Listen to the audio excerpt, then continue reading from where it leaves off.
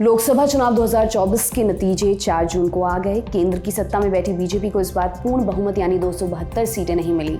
Party 240 के आंकड़े पर ही रुक गई। हालांकि पार्टी के लिए अच्छा ये रहा कि उसके नेतृत्व वाले राष्ट्रीय लोकतांत्रिक गठबंधन एनडीए को पूर्ण बहुमत मिल गया। एनडीए को कुल 292 सीटें मिली हैं। दूसरी तरफ इंडिया गठबंधन को 234 सीटें और अन्य के खाते में आई हैं 17 सीटें। कुल मिलाकर अब परिस्थिति कुछ ऐसी बन गई है कि बीजेपी को सरकार बनाने के बाद अपने एनडीए के सहयोगी दलों का विशेष ख्याल रखना होगा, क्योंकि साफ सरकार इसके बिना अब चल दौड़ नहीं सकती।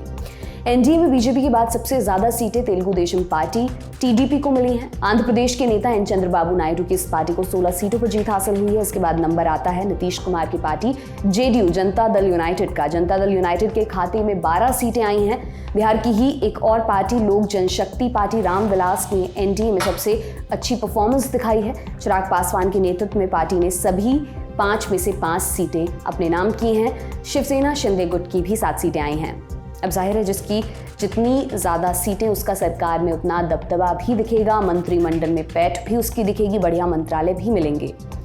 खैर, हम एक नज़र डाल लेते हैं कि एनडीए में शामिल किस पार्टी को कितनी सीटें मिली हैं। Bharatiya Janata party 240, Telugu Desam party 16, Janata Dal United 12, Shiv Sena Shinde गुट 7, लोक जनशक्ति पार्टी 5, जनता दल सेकुलर 2, राष्ट्रीय लोक दल 2, जन सेना party 2, Assam Gana Parishad 1, United peoples party liberal 1, अखिल झारखंड छात्र संघ 1, राष्ट्रवादी कांग्रेस पार्टी 1, हिंदुस्तानी पब्लिक मोर्चा 1, अपना दल सोनेलाल 1 सीट। अब इसी सिलसिले में बुधवार 5 जून को एनडीए की एक मीटिंग बुलाई गई है, जिसमें चंद्रबाबू नायडू भी शामिल हो रहे हैं। जीत के बाद मीडिया से बात करते हुए टीडीपी अध्यक्ष ने कहा था कि वे दिल्ली में एनडीए की मीटिंग में शामिल होने जा रहे हैं।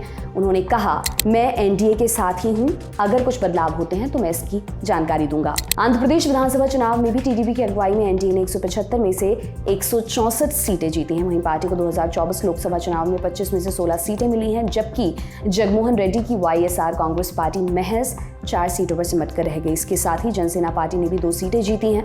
एन चंद्रबाबू नायडू के अलावा जनसेना पार्टी के मुखिया पवन कल्याण भी एनडीए की मीटिंग में शामिल हो रहे हैं।